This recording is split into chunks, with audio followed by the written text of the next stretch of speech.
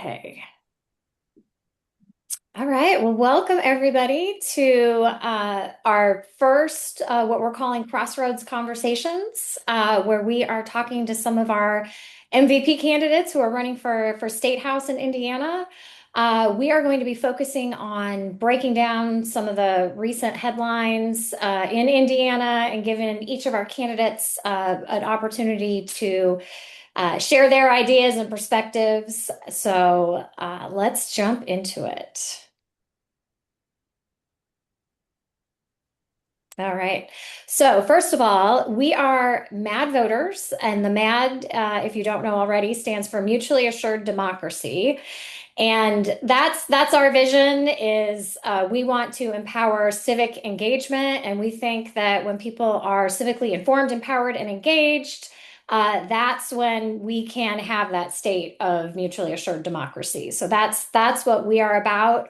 We want more civic engagement across the state, and we are a progressive organization. Everything that we do is not based on political party, it is based on our values which include the five you can see on the screen: affordable and accessible healthcare, fully funded public education, safe and inclusive communities, people over profits, and defending democracy. All right. And then, as I mentioned, everyone here is running for a seat at the Indiana Statehouse, and we will save some time. We've got some questions. We'll get started, and if anyone in the audience has questions, we'll save that for the end. Or feel free to add it in the chat if you have questions as we go along.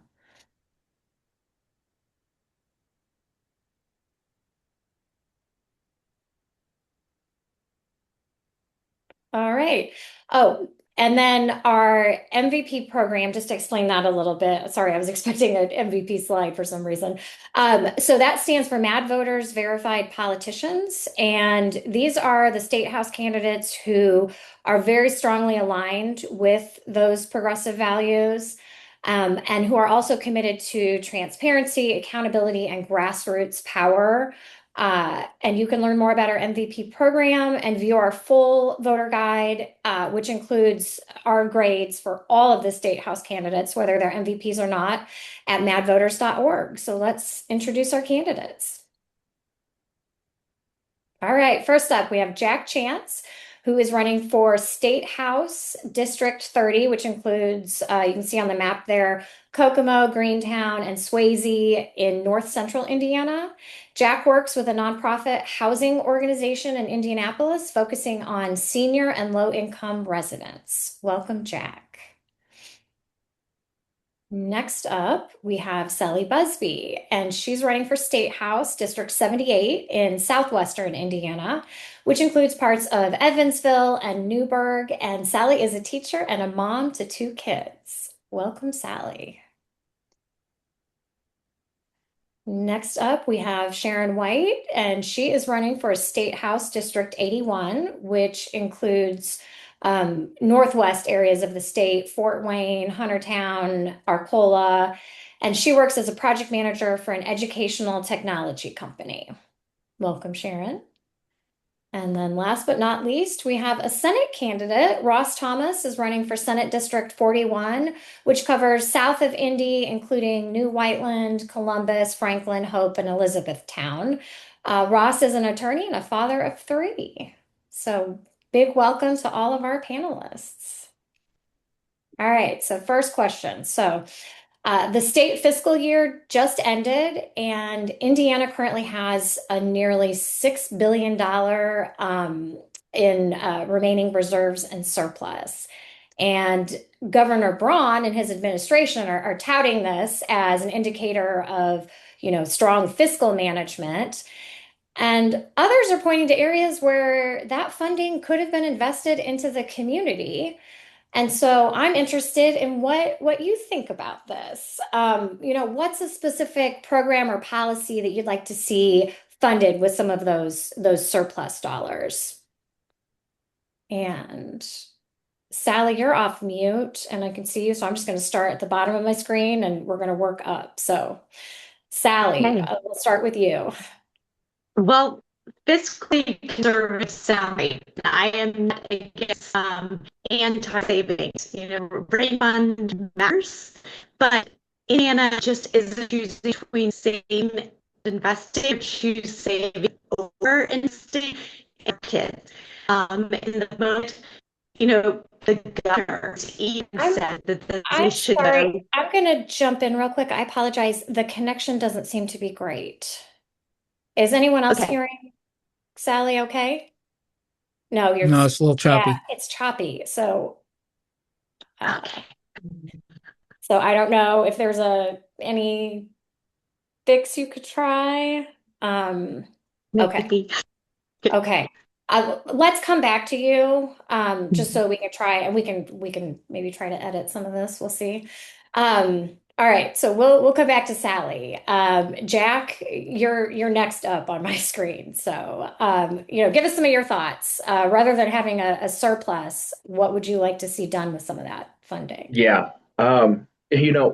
Savings is great, but for families, when the government saves, rest assured that someone's hurting somewhere. I'm not all for overspending. I understand, how a state economics works. We're just a user of our currency, so we have to be careful.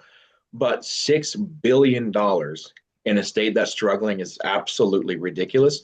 One thing I would love to see prioritized is housing, specifically for homeless veterans and homeless families. The cost to provide housing for both, just say we used all 6 billion, we could house every single documented homeless veteran and homeless family for about 220 years, Wow. as it stands today. So we could do it for a length of time with less than 1/10 of 1% of our $6 billion. So I would love to see at least $3 billion earmarked for housing for those, to guarantee that for at least 110 years we have funding adequate for, again, homeless families and homeless veterans. Yeah, absolutely. Sharon, what about you? What would you add to that? So, one of my biggest frustrations with the fact that we have this surplus is that in the same, breath that we hear that we have a surplus and it sounds like good fiscal management, we hear, but we need to toll our roads. We need to toll I-70. We need to um we have roads that are literally crumbling under the tires and people's cars are impacted by that. Accessibility is a big area of importance for me. And roads that are impassable make it more difficult for people to access the things that they need. But the fact that they are, celebrating this $6 billion in reserve while at the same time asking for I-70 to be, which is one of our, biggest thoroughfares through the city or through the state rather, to have this not even like it's not like it's a small toll. It's a pretty significant toll if you're going from the west to the east side of the state.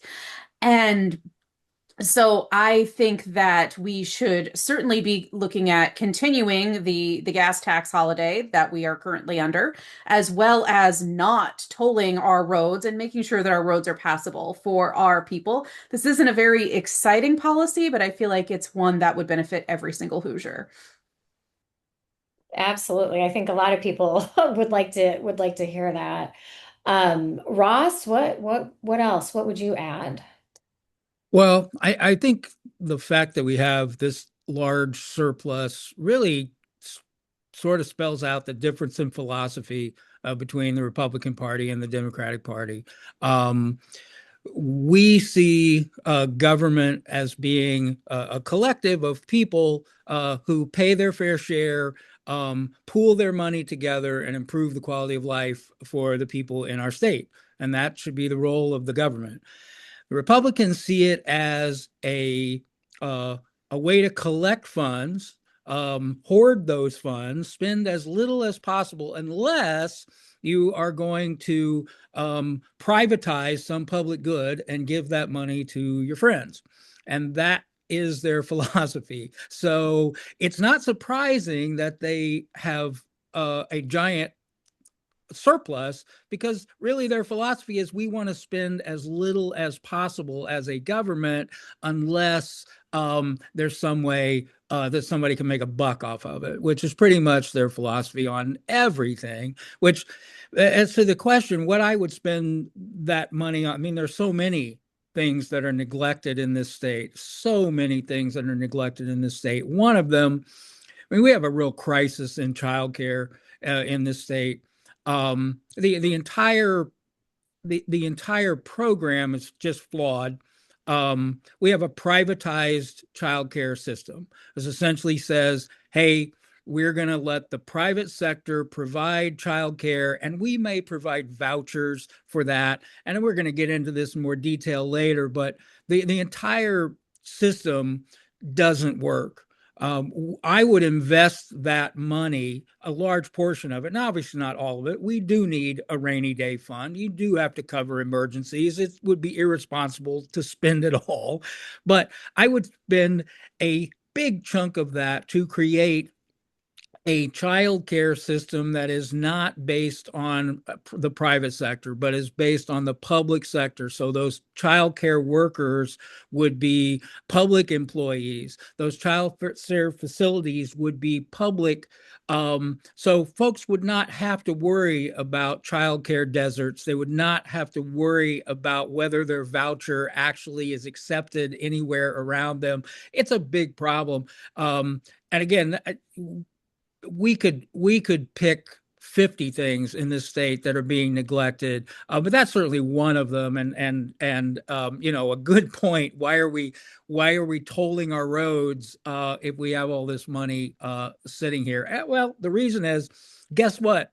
Those toll roads are, the collection of the tolls is also privatized, so somebody makes a dollar. Yes, we certainly seem to love privatization in Indiana. Yeah, you wonder sometimes who our elected officials are working for. All right, so Sally, let's try again. I know you missed a few of the things, so yeah, we'll try. But with that surplus, what Well, would you like to see the money first of spent all, on? is this better? Yes or Yes, no? It excellent, is? Okay. excellent. All right, we'll take it. Yeah, so, like I'm sure others have said that they're not against rainy day funds. I'm not against that either. I mean, that's wonderful. But this is kind of like a choosing between saving and investing.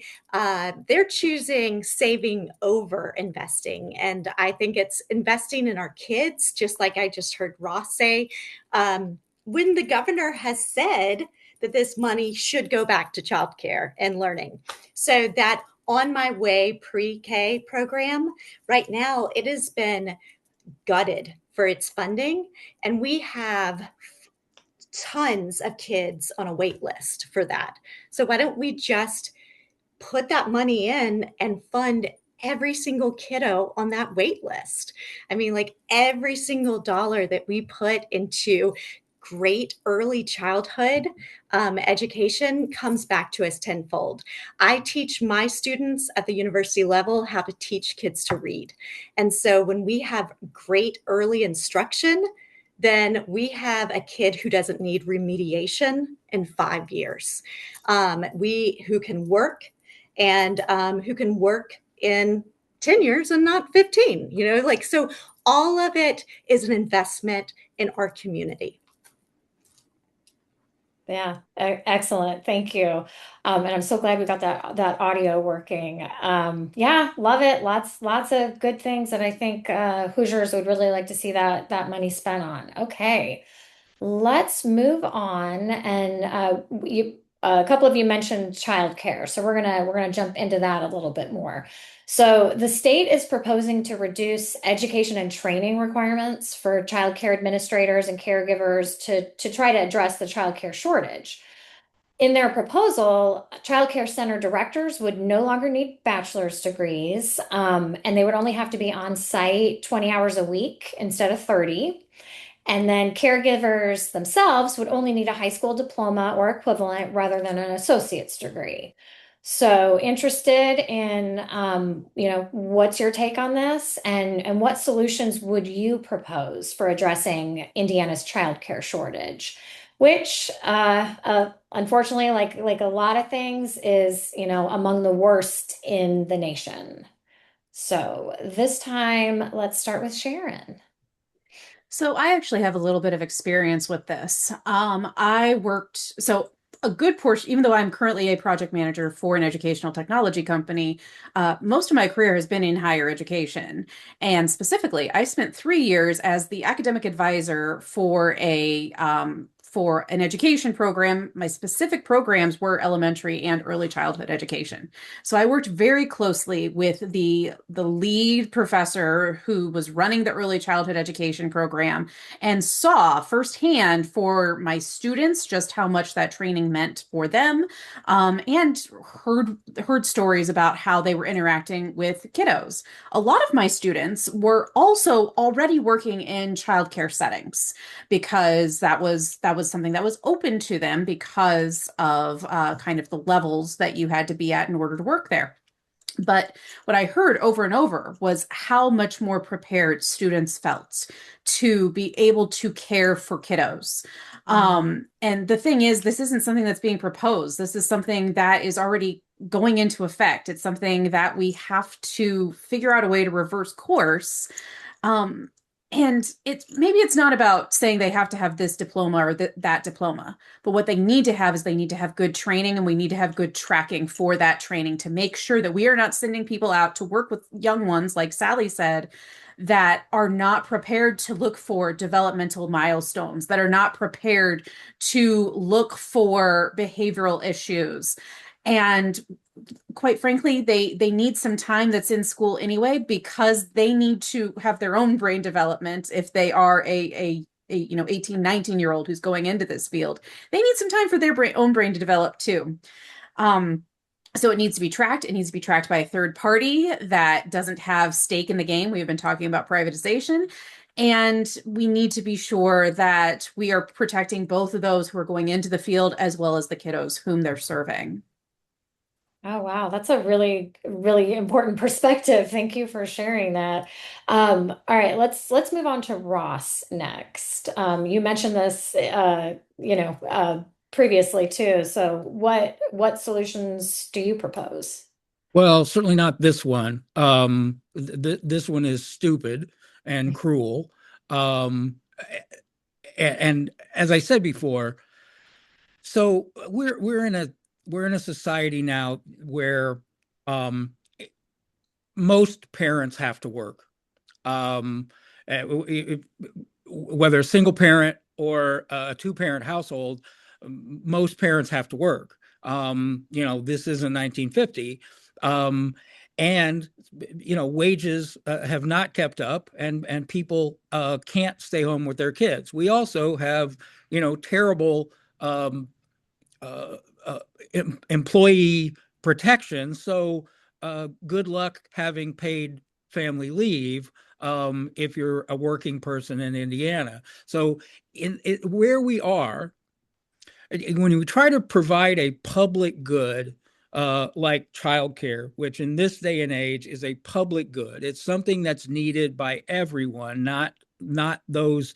There's no one, very rare that anyone doesn't need childcare in order to be in the workplace. It's a public good, and whenever you try to privatize a public good, the problem is they have to make a profit. And guess what? If it was profitable to provide childcare to every Hoosier, they would already be doing it. We wouldn't need a government program. There would be private childcare, and it would be profitable. But guess what? It's not profitable to provide childcare to everyone, just like it's not profitable to have private schools for every student. It doesn't work. The entire process doesn't work. So when we have these piecemeal fixes, okay, we're going to lower the standards so you can hire more people. Well, guess what? You're hiring more people at lower wages. And if you're hiring more people at lower wages, you're probably competing with fast food restaurants for workers. So adding vouchers might lower a wait list, but the fact that there's a wait list to begin with tells you, again, that the system doesn't work. A voucher doesn't work for you if you live in Hope, Indiana, and there's not a child care facility. You have all the vouchers in the world. The voucher doesn't work if the voucher doesn't cover the actual cost of the child care. So the child care company won't take it, because to take it, they're operating at a loss, which again, the private sector doesn't operate at a loss. We need to really look at this differently.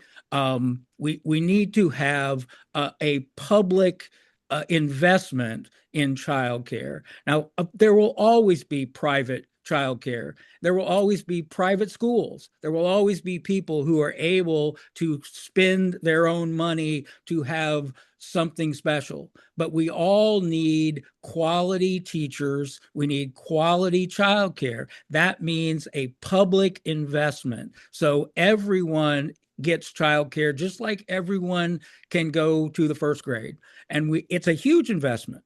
It's a sea change in the way we do it, but the way we're doing it now is broken. It doesn't work, and we've got to look at it in a different way. And we can look at the economic model and see that lowering standards and increasing vouchers is never going to solve the problem, because you're still going to have demand, because frankly, no one can make money providing childcare with the amount of the vouchers that we have. And even if you raise the number of vouchers, you probably still don't have enough qualified workers who are willing to work at such a low wage in order for their employer to make a profit. So again, it's stupid. It doesn't work. We've got to fix it. And it requires an investment, just like our public schools require an investment. But we've got to see the problem and fix it, not simply put Band-Aids on something that's never going to work. Yeah, really, really good insights there. And I can say, like, even as a citizen that doesn't have any children, I would love to see public investment in childcare, the same way as public education. It's instead of thinking K through 12, we're thinking, birth through 12, or maybe even 16, right? So let's not get crazy though, right? Okay, Sally, what other solutions would you like to see? I hear these things and I'm just nodding along. I so hope that things start to change, and when we see the importance. And I know Sharon and I both have this background of understanding of language acquisition and language comprehension. All these things are so important. But the legislators, it's obvious that they're trying to repair the damage that they started. Yeah. By making the standards even less than they are before. And that's going to patch something that, as Ross has said, is already broken. We need to have the best people, the most well-trained, taking care of our kids and helping them learn those language acquisition skills. And there's so much that we can do at these young ages for our kids. But childcare is infrastructure. Childcare is education. Childcare is how we tell families in Indiana, you are welcome here and you are welcome to thrive here. We had a long wait list of families on that list. Our kids deserve better than this patch, this try and fix what's broken. They deserve a plan. Yeah, absolutely. Real solutions, not Band-Aids. Jack, is there anything else that you would add to this conversation around childcare solutions? Yeah. As a Democrat, one of the assumptions that I get kind of burdened with is that we're just all about handouts. And I tell folks all the time, yes, I am a Democrat, but I don't believe in handouts. I believe in hand up. I want to follow suit like so many states have done, like New Mexico has recently done, and I want to fight for providing universal child care in Indiana. And when I say universal, I do think that there could be a realistic economic cap for families that do well financially and don't need the assistance. But estimated if we covered every single family that made less than $100,000 a year, we're talking about maybe 1.5 to 2.5 billion dollars a year. That's easy for us to fund without really having to raise taxes on the working class. And even if taxes did slightly increase, this investment into the working class would create such a boom of growth. Now, both parents are freed to work. So we would have more competition in the workforce, which would drive wages up. That's what we know happens. It would unleash the potential of economic growth by we'd have more money to spend. And then, again, ensuring that all children get a great just start. I come from a low income family, so I know what it's like to always feel like you're just slightly behind. I want to make sure that every Hoosier child, I don't believe in equality of outcome, but I do believe in equality of beginning opportunity. And I think that we owe it to our Hoosier children to make sure that everyone has that equal opportunity. And that starts with providing universal child care for families that make $100,000 or less per year. Yeah, absolutely. Oh my gosh, you guys are making me excited. I would love to see some of these ideas even discussed at our state house. Wow, really, really good ideas there.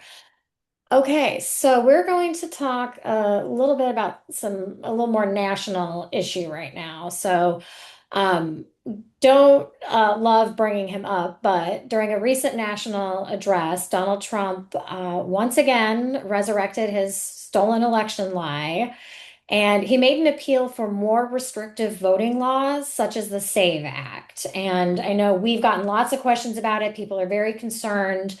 And with the midterms looming, we are concerned about potential attempts to discredit or illegitimize the election and the outcome. And we're also concerned about the impact that this rhetoric has on voters and voter turnout because it sows doubt, fear, frustration, confusion, and it's a form of voter suppression. And we all know Indiana's voter turnout is ranked near the bottom of the entire country, and our current voter laws are among some of the most restrictive. It's almost like we're doing it on purpose, right? So what is your solution for not only defending the right of Hoosiers to vote, but expanding access to voting and countering some of this election disinformation? All right, Sally, I am going to start with you this time. Okay, so I think that, that it's a real national problem right now. And this already, some states have enacted their own type of SAVE Act style state law. And we fought that back in the last session. We fought a bill about that just recently and won, but those fights aren't over. And so we're going to have to keep on fighting and noting these bills as they come up and fight against them every single time. And so I think that would be the first thing. And then also continue to support already these legal battles with our voter laws for student ID restriction voting and Indiana proof of citizenship laws. But some of the ways that we could extend having, more people voting at the polls is to have same-day register voting, to have just no excuse. If you just want a mail-in ballot, no big deal. Just get a mail-in ballot. It's just a thing.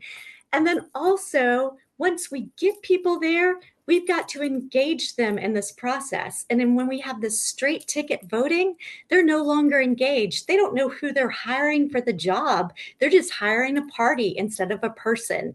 And so we need to make sure that we're hiring people and not parties. About the disinformation, I was a middle school English teacher. I would continue to use our platform to try to get that information out in bite-sized pieces that people can understand, and work with others who are already doing this work, like you guys, so that we just continue to work as a team no matter what. We are going up. We've gone from like 50th to 41st. We're moving in the right direction. So we just continue to encourage people to use their voice. Yep, absolutely. Really, really good ideas there. A lot of them get me excited. I know having worked the polls, that same day voter registration would be amazing. To have to turn people away because they didn't realize they have to be registered. It's heartbreaking, So, really good ideas. All right. Jack, what would you add? So I think that the problem, not necessarily the disinformation, but I think the sensationalization around elections and the loss of elections, both parties are extremely guilty of. A lot of my younger life, I was raised in a Republican or conservative household, even Tea Party, and I heard it then. If our side loses, this spells the end of democracy. And I have heard it now that I've migrated my way. And now sit proudly among the progressive wing of the Democratic Party. I hear the same thing still. The sensationalization of a loss of an election, that it equates the end of democracy, helps fuel this rhetoric. And sure, we have a president who does not help the situation. But when all of us collectively continue to add fuel to that fire, it's going to, it just spreads. It spreads. And the feeling that your vote doesn't count and your voice doesn't count. I hear when folks don't vote, I hear from the Republicans, well, you're just voting for the Democrat. I hear from the Democrats, well, you're just voting for a Republican by not casting a vote. They assign so much shame. And it really makes people feel, well, if I can vote for both by not voting, why should I turn out to the poll? And then not just in the voting process itself, but the aftermath. I've been getting a lot more involved in our local government, and we see firsthand that genuinely they don't care. They do not care. We could have thousands of people show up and protest an ordinance, and it doesn't matter. They've made up their mind long before they come to council chambers. We see it happen at the Statehouse as well. They make up their mind long before they go to cast a vote, and it's often depending on who their donors are. We know that, and that helps stymie the drive to get involved. I hear it when we leave these council meetings. I hear it when we leave the Statehouse. People say, well, why even do anything? It doesn't even matter. So we need to do better at holding our own elected officials accountable, to make sure that they are, doing the will of the voters when we show up, that they aren't just approaching things with a bias, and that they're listening to us so that we're not just heard on election day, but we have a seat at the table the entire time. But then we also need to do better to not sensationalize these elections ourselves, and to make sure that we're just providing accurate information. We help fund voter guides, like former candidate Blythe Potter mentioned, and now Greg Ballard is advocating for. Not a supporter of Ballard by any means, but I love the idea that the state needs to take and invest in the most important process of our republic, and that is to keep our voters informed, to let them know who's running. The amount of people that just simply do not know who's running, and they leave that cost onto the back of candidates to fund and make sure that people are informed, when really, it's the job of the state. It's the job of the state to ensure that this is safe and this is accessible. So I think we need to fund those. I think we need to scale back our own rhetoric. And I say that to the Republicans as well. I look them in the face when I campaign.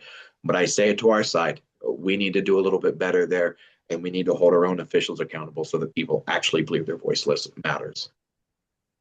Yeah, really, really good perspective there. I appreciate it. Ross, you look like you wanted to jump in a couple times, so I think I'm going to go to you next and get your thoughts when it comes to elections and voting and what we could do better. Well, I mean, I guess I would say, I mean, I agree with Jack that we've heard over the years people say, you know, that this election might be the end of democracy, and it's pretty hyperbolic, except when we're here today, where we have a president who says he's going to run for a third term, when we have January 6th folks saying we're going to decide whether you certify the election, when you have uh, voices in the Republican Party saying that they're not sure that women should have the right to vote, when you have people in the Republican Party saying we're not sure we should have direct election of senators, it seems like there are a lot of people on that side that are not big fans of democracy. So, look, I don't think it's hyperbolic to say that there are forces in the Republican Party that are anti-democratic, and I don't think it's hyperbolic to say that if they succeed, that may be where we end up. So, I mean, I agree to an extent that you don't want to run around with your hair on fire, but at the same time, you just can't minimize some of the outrageous rhetoric that we've seen. Obviously, everybody has a lot of good ideas, and some of them are no-brainers.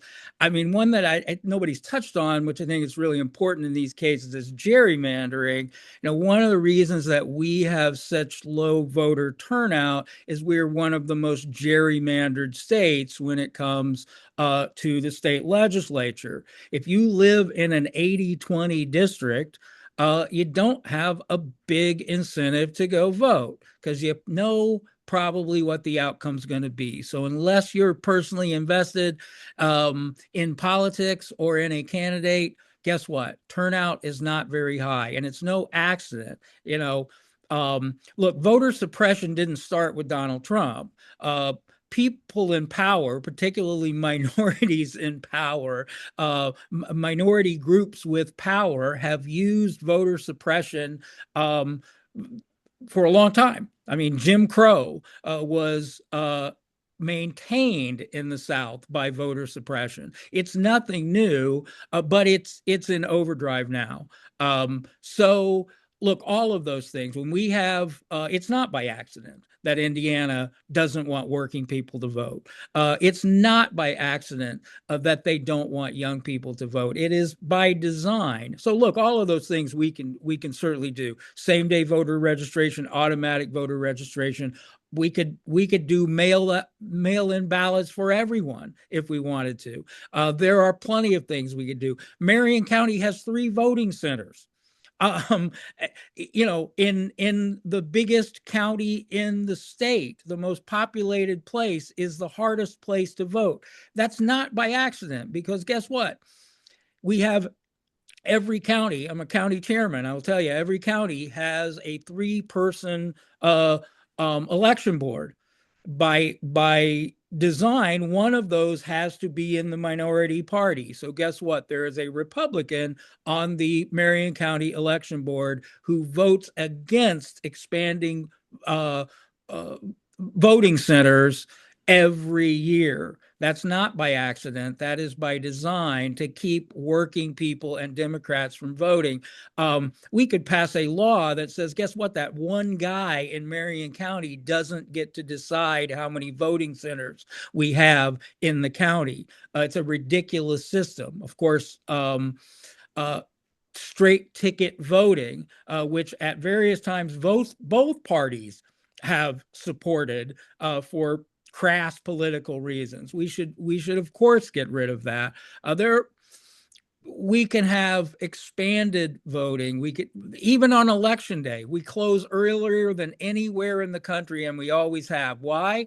Because the people in charge didn't want working people to vote. We can beat it by making people understand that their vote does count, that they can make a difference, and we can make it easier, not harder to vote. You know, Diego Morales was the only election denying Secretary of State candidate who actually won in the last cycle, and we're paying the price for that. And having election deniers run the election is like having Betsy DeVos run the Department of Education. When you put somebody in charge who doesn't believe in what they're doing, this is what you end up with. But again, not by accident. So I think everybody has a lot of good ideas. I don't think it is wrong to say that there certainly are people that, if they gain more power, would like nothing more than making elections optional instead of vital. So, we've just got to change the people who make the rules in this state, because they're not going to change as long as it keeps them in power. Yep, absolutely right. And that's why we're here, right? Trying to bring some of that change. All right, Sharon, we'll end this one with you. A lot of good ideas that we heard, and a lot of things other states are doing, and some really good ideas. What else would you do when it comes to elections and voting? Well, first, I'm going to say I'm surprised Ross went with Betsy DeVos and not Linda McMahon, because Linda McMahon has done more damage to the Department of Education. But I think that rather than talk about, because everybody has such great ideas, I want to tell a story. So here in Allen County was the first year that we went to voting centers. Prior to that, we still had polling stations where you had to go to a very specific place or you had to vote early. And obviously, we had to spend some time this spring getting the word out that that is something that was going on and that you could vote anywhere. And people were using all kinds of different strategies. It was a strategy that was part of my primary campaign, that I wanted people to know that they could go out and vote. I have said for many, many years that if we could get voting up above 70%, I would be just such a happy person. I actually just went ahead and looked up the all-time voting number or voting percentages here in the state of Indiana. Apparently, we had 73.6 percentage of people vote in 1992. So we can get above that 70% mark. And I think it is about making sure that people have options, whether that is the option to go to voting centers. One of the things that we fought back on here in Allen County, they wanted to go from 110 polling stations down to 39 voting centers. And the people spoke up. And they said, no, that's not going to be enough. They also were putting them in very curious parts of very specific parts of the county, we'll go ahead and say. And the people fought back about the locations. The people fought back about the number. And we ended up with, I want to say it's 57 voting centers instead. It's 50 something voting centers. So we met them at about the halfway mark from what we had for polling stations, and we had more of them down in kind of our less served areas of the county where it was more difficult to get to them, and made sure that people knew that they existed. So we were working with various organizations throughout the county to make sure that they know they existed. But I want to go back to what Jack said about the voter guides. I think that voter guides are something that would be critical for us to be putting out into the world. I love that that's something that MADVoters does, and we have Vote 411, we have Ballotpedia. But what Jack says is important. This is something that should be taken care of at the state level, because they're going to be the ones that have the most knowledge of what's actually happening in our state, what the most important values and upcoming issues are, which is why it really does need to be statewide. Yep, absolutely. We have a volunteer who moved to Indiana from Oregon, and she got here and she's like, wait, where's my voter guide? Because everyone just gets mailed a voter guide with all the candidates and a ballot, and it's like they want more people to vote and to be educated. And she came here and she's like, I don't know where to get information. And so when she came across our organization, she's like, oh my gosh, we've got to try to change this. So yeah, really, really good suggestions there. All right, so we have made it to our final question of the evening, which we've made a little bit more open-ended. So this is your chance if there's anything else that we didn't get to that you want to talk about. So just let us know. What do you want voters to know about you? So, policy positions, your vision, your current campaign needs, how they can help you out. Just anything that you think is important, and we will wrap up, and try to keep it to a minute or two, and let's see, who have I not? Ross, I'm going to start with you. I haven't started with you yet, so Sure. you're gonna be first. Well, look, what I want people to know most, as I said before, I'm a candidate, I'm an attorney, I'm also the county chairman here in Bartholomew County. So I'm sort of intimately involved with elections. I like to look at election numbers. I like to look at trends. We're in a really, really different situation this election cycle than we have been in the past, even the recent past. There are a lot of factors that go into that. But if you're somebody who's out there saying, well, this is all well and good, but none of these people are going to win, and it's the same old thing. There are lots of races that are competitive this time around. And there are a lot of races that pundits might not think are competitive that are going to be. And it's a really exciting time. And one of the reasons is the president is not on the ballot, which is really important for Republican turnout. Lots of Republicans will only turn out if Trump is on the ballot or if Trump is coming to the state regularly to campaign. Neither of those things is going to happen this cycle. We do not have a Senate candidate. We do not have a governor candidate. He is not going to come to Indiana for Jefferson Shreve.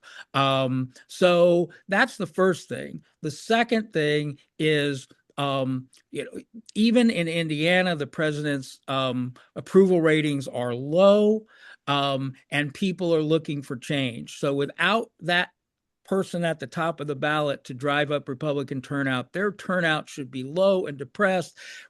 Democrats and independents are going to lean our way. It's a really exciting time to be running. I'm running against one of those candidates who Donald Trump bankrolled to knock out an incumbent because he had the audacity to go against Washington on redistricting in the middle of cheating in the middle of the election cycle.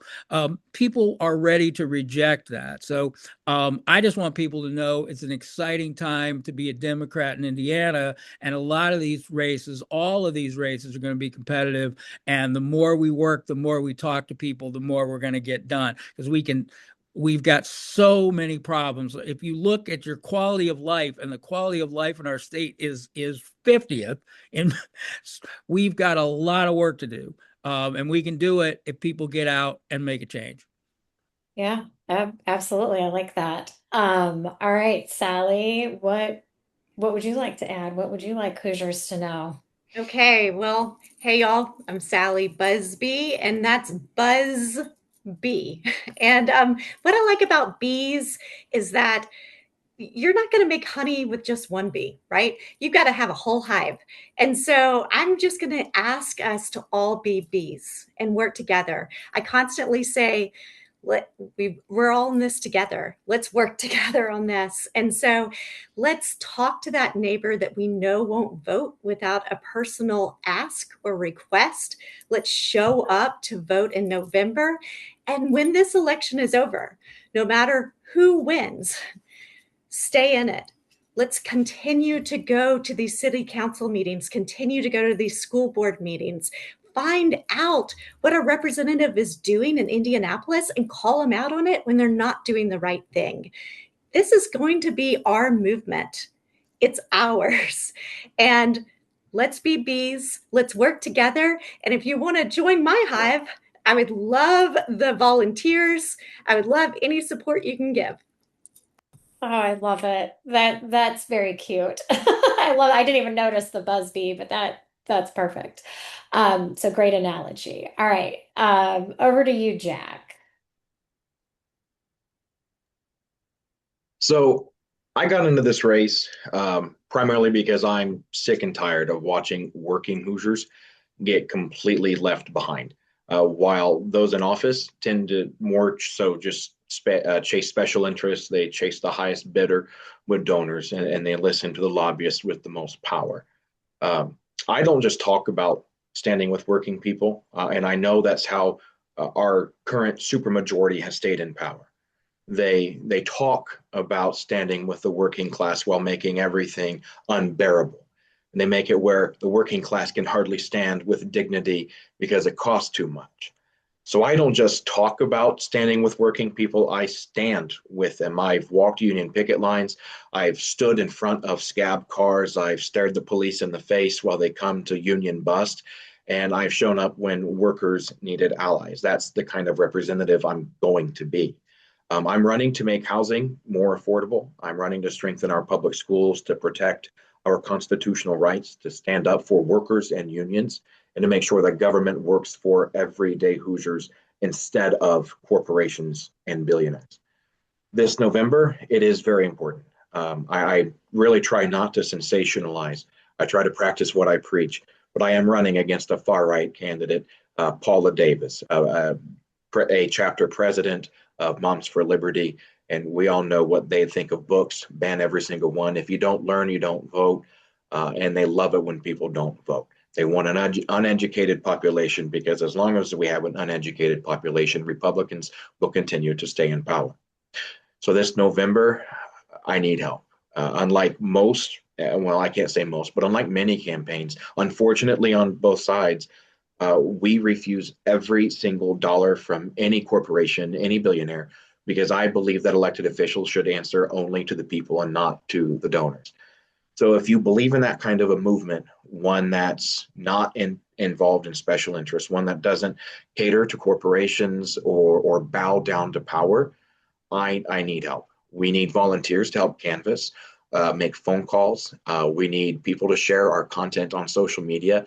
And because we're only powered by grassroots, and I know the grass is getting brown, but we need your help. Even if it's only a dollar or two, that dollar or two really does help us expand our reach a lot. I've never been afraid to stand up to the powerful. So if you send me to Indianapolis, I'm not going to start then. I'm going to continue then. And I'm going to fight like hell for every single one of you. Oh, that's great. Really good message. Thank you, Jack. All right, Sharon, close us out with your thoughts and your message to voters. So, hi everybody. My name is Sharon Wight, and I am running up in District 81 in Northwest Allen County. District 81 has been my home for my entire life. I talk often about how my mother lives literally on the edge of District 81, where she lives on a cul-de-sac, and 3/4 of the rest of her street is in District 84. So my mother very much lives in a gerrymandered district. I've spent my entire life here. I've taught here. I've built my career here, and I'm running under an idea of leading with empathy. This came to me when I was just kind of thinking about the world last year, and a certain tech bro said that he believed that empathy was going to be the end of Western civilization. And I believe that is exactly incorrect. It's not a slogan for me. It's how I live my life. I've been a teacher. I've worked in education adjacent fields, and I'm a disability advocate. I learned that people do better when people meet them where they are instead of judging them for where they're not. So I'm running on 3 things: access, advocacy, and action. Access to childcare that's actually funded and actually takes care of your kids and understands when they're dealing with struggles. Advocacy for people in our systems that often are left behind, including Hoosiers with disabilities who deserve a state that builds for them, not around them. And action, because like we talked about earlier, Indiana is sitting on nearly $6 billion while families are waiting for years for childcare, while they don't have adequate health care, and we're driving on crumbling highways and roadways. This is personal for me as a woman.